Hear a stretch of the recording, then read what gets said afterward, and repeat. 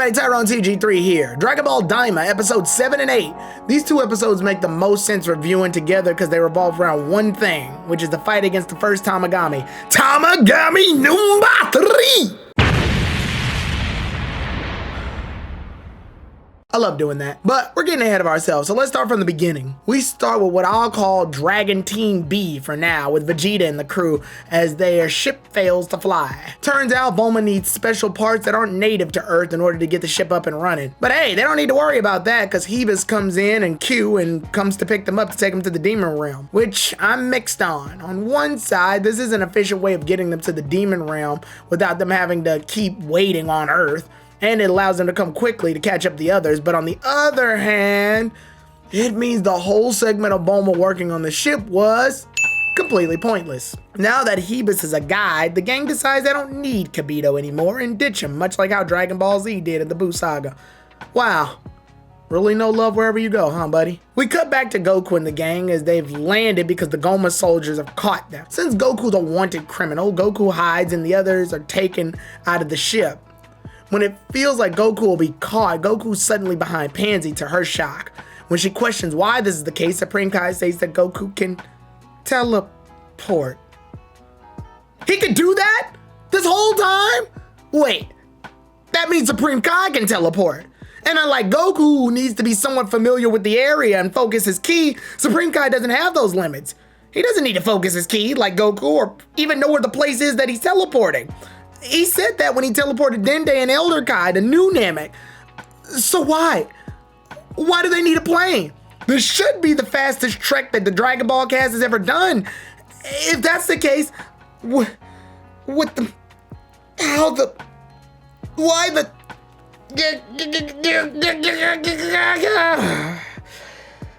It's clear. The writers forgot. I'm moving on. The stealth mission fails because Goma's soldiers are still looking for that kid that fits Pansy's description. So when the jig is up, Gloria and Supreme Kai are forced to fight it. Hey, Supreme Kai is fighting. You don't see that every day. Nice. Oh, and he used that shockwave move that he used on Majin Buu. So they remember that, but they can't remember. Breathe, Tyrone. Breathe.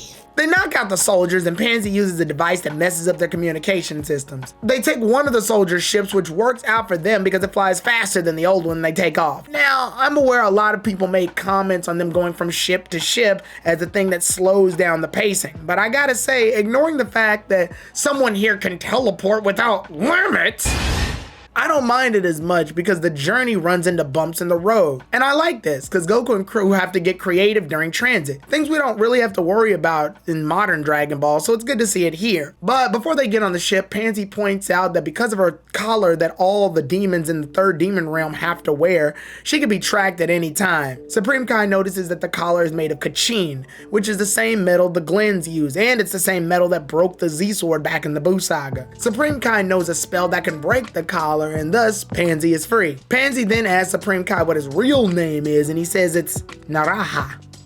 And Goku acts the exact same way I act, and I'm sure everybody reacted. Again, another Did You Know Kai edition added to the trivia of Dragon Ball, and I'm not calling him that. Yeah, I just don't want to. And neither will Goku. While on the ship, Glorio states that they need a new pin number because it's a new ship. Pansy has someone in the kingdom who can obtain said info by hacking it, so this obstacle's overcome. They then make it to where the Tamagami is for the epic showdown. Goku sizes up the Tamagami and Glorio says a line that disappoints me a lot.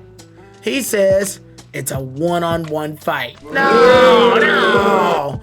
Well, so much for my cool RPG final boss fight using Goku and the others. Yay, we love non-varietized fighting. Teamwork, what's that? So, to wrap this up, after taking a quick pit stop, Goku approaches Tamagami number 3 after a rather loud greeting. The two engage in battle. So, how do I feel about the battle against Tamagami number 3? Well,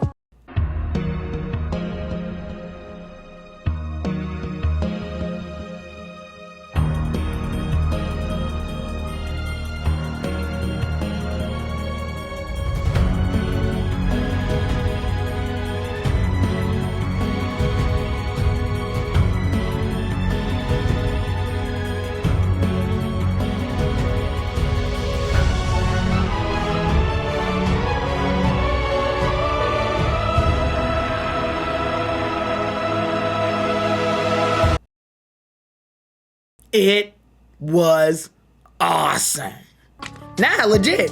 Yeah, I'm bummed out that we don't get a fun little teamed RPG battle, but as far as one-on-one Dragon Ball fights go, it's really good. It's not super one-sided either. I gave it a second look and Tamagami number 3 gets a couple of hits in, and I love how Goku uses his power pole and his awareness in the battle. Yeah, he uses Super Saiyan 2, which I've already made some comments on Super Saiyan in the last review, but I'm gonna save my further comments for another form. But for now, it's not that bad. It's really satisfying. It's not too long. In fact, we get quite a bit of the episode after this fight is over. Once the fight ends, Tamagami number 3 does a test with Goku where he places the Dragon Ball in a cup and shuffles it among several other cups. It's a fun little test, and it's good that fighting isn't the only trial the heroes have to go through. When Goku guesses right, he obtains the 3-star Dragon Ball, and the citizens are cheering for him for his accomplishments. Even after they leave, we see Tamagami number 3 trying to replicate the Kamehameha, showing that Goku had a positive influence on him. I definitely want to dive more into Tamagami number 3's character, but for now I'm going to wait until all the Tamagamis are fought, considering that oddly enough, they all get dealt with a bit quicker than I thought. So for now, let's move on. We later see that Goma and Degasu are looking back at the footage of Majin Vegeta's fight with Majin Buu, and after close inspection, they notice that Anrinsu was in the background, collecting pieces of Majin Buu that blew up after Vegeta's sacrifice. Wait, what?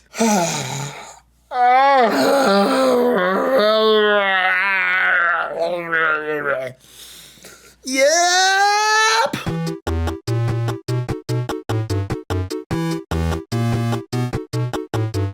Who's been in the background of scenes? It was Anrinsu all along.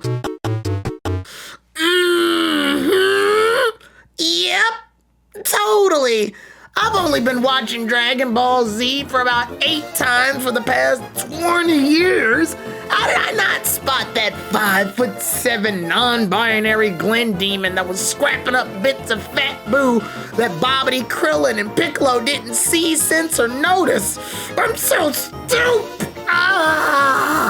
So, remember when I said that Supreme Kai was just throwing out small little factoids about the Glens that he never shared or talked about in Dragon Ball Z in my last review? And remember how I said that the lore dump was a bit excessive in episode 1 of Dragon Ball Daima? Well, Daima decided to go the whole extra route on the prequel dump by basically rewriting history to make it so, yeah, this was always gonna happen. And for those thinking I'm overreacting, let me explain something first so that you understand where I'm coming from as a longtime Dragon Ball fan. When going on to the prequel, I understand that 2 major things have to be done in a prequel in order to keep people's interest, but still connect to the threads of the story that's yet to come. One of the things is that they have to be consistent with the source material as to avoid plot holes. And 2, they have to find ways to expand the world and lore while making it relevant to the upcoming plot of the overall narrative. I get that. Hell, Dragon Ball Z's no stranger to this formula at all. When Dragon Ball Z's saying that Goku's not just some odd monkey boy, he's really an alien called a Saiyan, that he's from planet Vegeta, and that his real name's Kakarot. Watching Dragon Ball Z and then going back further and watching Dragon Ball for the first time, that's a large pill to swallow. And I can only imagine kids of the 80s at the time taking all of this information in and not blowing a gasket. But the reason that it all was overall accepted positively was more than likely because Goku's origins were not looked into that hard during Dragon Ball's original run. Characters that were anthropomorphic lived side by side with people anyway, so Goku having a tail in the world of Dragon Ball wasn't really questioned. I mean, hell, he was teamed up with a flying talking cat and a pig man in the first arc of Dragon Ball, so Goku wasn't exactly the weird one in the crowd. But that's just the thing. The story was so open-ended, you can accept things that retroactively were explained later as to what was going on in future arcs. Even in Dragon Ball Z, where say Cell and Dr. Gero state that after the Red Ribbon Army saga, they had spy cameras on all of Goku's fights all the way until he got up to Namek. While that is a retcon, there are no spy cams because Toriyama didn't think about these yet or even make the Android saga until years later. It was still in the realm of believability though, because those cameras didn't interfere with the plot, nor were they noticeable to others that it caused controversy. Now that I said all of this, let me show you what Daima wants me to sit here and believe happened based on the chain of events during the Buu saga. Anrinsu came to Earth somehow unnoticed, and her plan was to get the essence of Buu. Until at this point she had no real knowledge of what Majin Buu was, but the essence she gathered from Buu when he blows up, that would mean her plan would require that she knew that Buu would get blown up in the battle. Okay, but how would she know that? Anrinsu just somehow had the foresight to know that Vegeta was not only going to get corrupted by Babidi, but then abandon his fight with Goku to fly all the way over to Majin Buu, then blow himself up and hope that instead of just wiping out Buu completely, blow himself up just enough so where there's small, convenient, bite-sized pieces of Majin Buu which are lying around for her to gather, and go through the whole thing unnoticed, gather those pieces, and for an entire year, no one would even think about that, just for that plan to work. Let's go back to our Android example again. The reason I say this works is because we know two things. One, the tiny little robots don't have ki, so Goku and the gang would have a hard time noticing a small, tiny, fly-shaped robot in the area with no sensible ki. That's believable. It's literally the phrase, a fly on the wall. Two, the spy cam robot doesn't do anything that would go noticed. It doesn't interfere with the plot in any way, and it only collects data and DNA after the conflict. But the major goal is to collect data, a job that anyone can do with nothing required to really set it up. Hell, Goku and the others actually called Dr. Gero out on this for not recording fights that they had on planet Namek, and the lack of data becomes their downfall for a little bit. Here, we have to fully believe that Anrinsu somehow knew Majin Buu would be released, hope that the fighters and Supreme Kai would be incompetent enough to let Majin Buu even be revived, but somehow still be competent enough to blow Buu to bits, just so that she can somehow sneak into an area with no means of stealth and broad daylight and not be seen in the middle of an active battlefield. Yeah, sorry Dragon Ball Daima, you can put that for sale sign up all you want, but I ain't buying it. This requires me to reach as far as I can to believe the convolutedness of all of this and take it in stride. The goal of the writers was to want me to just accept it. Don't think about it as much, just enjoy the show. And I want to, trust me, I want to enjoy Daima, I really do. But I'm also someone who pays way too much attention well enough to call bull when I see it. Going on from that, we see our heroes celebrating Goku's victory over Tamagami number 3, and Glorio reaching out to Anrinsu over the phone, stating that the first Dragon Ball has been obtained. He says this within earshot of the others. But hey, maybe they were celebrating too loud. It's okay. It sure would be convenient though if somebody had mind-reading powers. We then cut to Dragon Team B as Hebus and the others get the news that Goku won the battle. Hebus is told to take the others to a hotel and feast. Hebus' personality clashes with Vegeta in a way that gets under Vegeta's skin, and I actually think it's kind of funny. So yeah, that got a chuckle out of me. We finally cut back to Anrinsu. Jesus, a lot of cuts today. What's going on with this episode? As she goes to a witch doctor figure by the name of Marba. She takes the convenient essence of Majin Buu and uses it to make a concoction. Anrinsu then talks about how she was the original creator of Majin Buu and how Babidi was just the one that took control of it, and oh my god, where do I begin? Ooh. Majin Buu is a creation that, even in the characteristics involved on its creation, have been playing the retcon game now for a while. So for those new to the game, let me break it down like a beer bottle in an alleyway. Originally, Buu was created by Babidi, and Babidi had a son named Babidi. No, wait! That's a translation error. Babidi is a clone of Babidi. No, wait! Buu never was created by Babidi. He existed since the dawn of time. No, wait! That's not true. This new character that was just introduced in this episode, Marba, was the true creator of Majin Buu this whole time.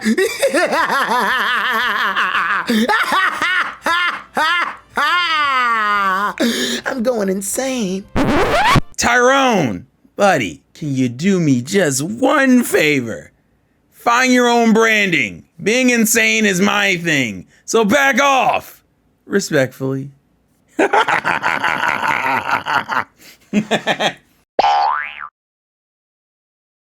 my bad. I'm losing it. You know what? Again, I'm gonna clarify. Not all retcons are bad retcons. Early in this review, I gave some retcons that I felt weren't terribly offensive and didn't really harm the overall series. And in addition, I added some needed lore to the world. Here, we're talking about a saga from Dragon Ball Z that was debatably the sloppiest in terms of consistency in writing, and then taking things from that as our jumping board for the new canon continuity. This is why, for the most part, prequels are a dangerous thing to play with, because it requires a flow of both intrigue and believability. The two OVAs that are in Dragon Ball Z were Bardock, the father of Goku, and History of Trunks. These more or less did a perfect job at this mission because they were both more or less than an hour, stayed more or less within the line of the narrative, and for the one saying Bardock, the father of Goku's not canon, I'm aware of that, but sadly, out of all of the specials and movies that use Bardock, to this day, this is the only one that basically sticks the landing by making Bardock a common foot soldier who ultimately meets his demise in a Greek tragedy sort of way that helps give insight into the life of Sans before Goku is introduced. That's typically how prequels get the job done correctly. Here, Daima's trying its hardest to keep people watching it, but they're running the risk of avid old-time watchers like myself who know the world and its lore question how many canons and consistencies they can change in one setting. Let's move on and wrap this up. So, for this new creation to be created and be obedient, Marba tells Anrinsu to put some of her saliva in the cauldron so that her DNA will be a part of the creature and it be subservient to her. This is someone's kink. I know it is. Brother, We end the episode on a rather sinister note with our villains cooking up something that we'll find out next time. Well, that's the episode. The Tamagami fight was cool. Obviously, I'm moving forward, but it's very, very, very clear that Dragon Ball Daima is trying its hardest to make itself known in the Dragon Ball franchise. So it's jumping every shark in sight. And I'm not knocking it too much for that. Again, it's Toriyama's final series. May he rest in peace. I did say, though, that back then in my first episode's review, I was going to be faithful and give my honest thoughts on all of these episodes. And these two episodes aren't bad, but they are bold in their choices. Definitely feels like they're trying to cram in as much of the by the way lore as they can to see how much they can get away with. I'm still not letting that Anrinsu cameo in the Majin Buu arc go though. But anyway, moving forward, at least at the time of me writing this review, I know Dragon Ball Daima was delayed for about a week. So hopefully that gives me time to play a little catch up with these next two videos. The next review I'll do is episodes 9 and 10, and then I'll follow that up with episodes 11 and 12. With 9 and 10 talking about the main cast since we finally will be able to assemble them, and episodes 11 and 12 discussing the other Tamagami fights and some new characters that were introduced in the mix as well. I've been having a great time reviewing Dragon Ball Daima, and it's thanks to GoldMight, my editor, and the script/writing recording style that I've been doing these reviews. I'm rather proud about how they're turning out. I'm aware there's some weeks later before the episodes show up and I'm a bit behind, but I wanted to make sure that I'm as thorough as possible, so I give each episode its due diligence. It's a review after all, and I want to make sure that the quality of them is able to be something that the viewers can look back on even in the future. But until then, if you want to keep up with my vids, hit that subscribe button and hit that bell for instant notifications. If you want to keep up with the bi-weekly streams that I do live, check out my Twitch channel, Tyrone_TG3, where I stream a variety of games and hold discussions. Until then, though, I'll see y'all then. Tyrone TG3 out. It was Anrinsu all along. And she killed B too.